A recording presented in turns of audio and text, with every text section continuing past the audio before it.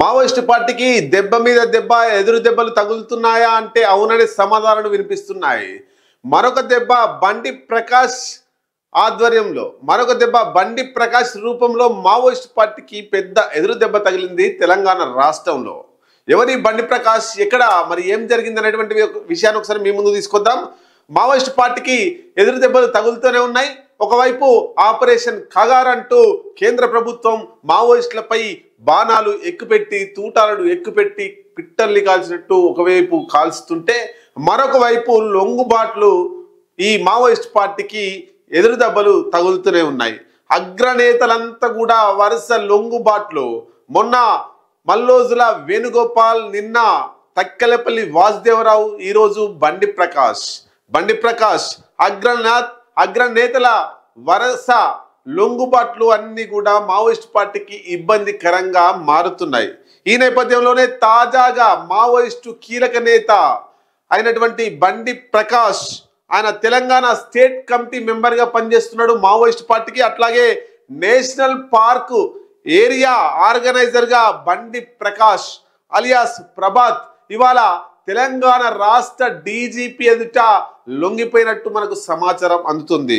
అయితే ఈయన మావోయిస్టు పార్టీలో వివిధ హోదాలలో కూడా పనిచేసిండు.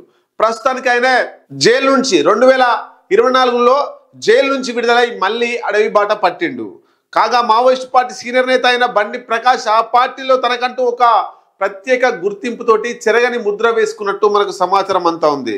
సింగరేణిలో పనిచేస్తూ అనే సింగరేణి కార్మికుడిగా తన జీవితాన్ని ప్రారంభించి దాంట్లోనే పనిచేస్తూ పీపుల్స్ వారు ఉద్యమాలకు ఆకర్షితుడై 1980లో సింగరేణి కార్మిక సమాఖ్యలో చేరాడు.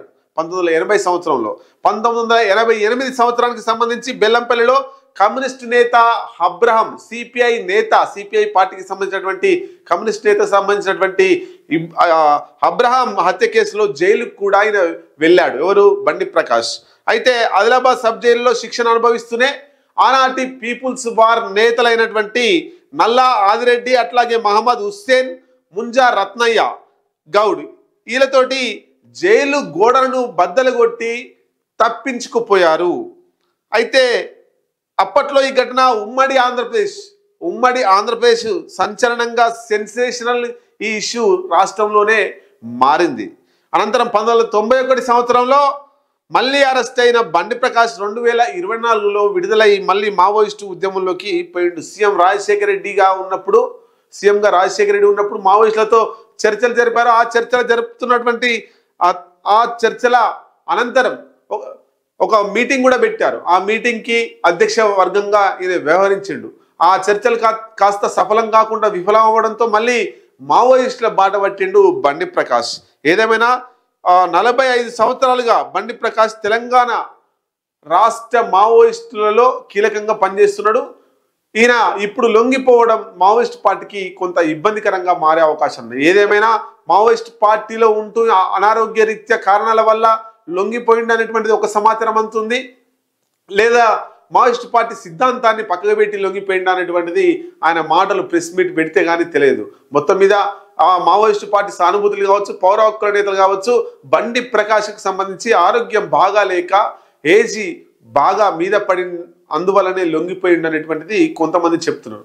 ఏదేమైనా బండి ప్రకాష్ ఆఫ్టర్ ఈ లొంగిపోయిన తర్వాత ప్రెస్ మీట్ పెట్టి ఆయన మరి మల్లోజుల కోటేశ్వరలాగా సిద్ధాంత పరంగా విభేదించిండా, లేదా ఆయన ఆరోగ్యరీత్యా లొంగిపోయిందా చెప్తే గానీ మనకు తెలియనటువంటి అంశాలు.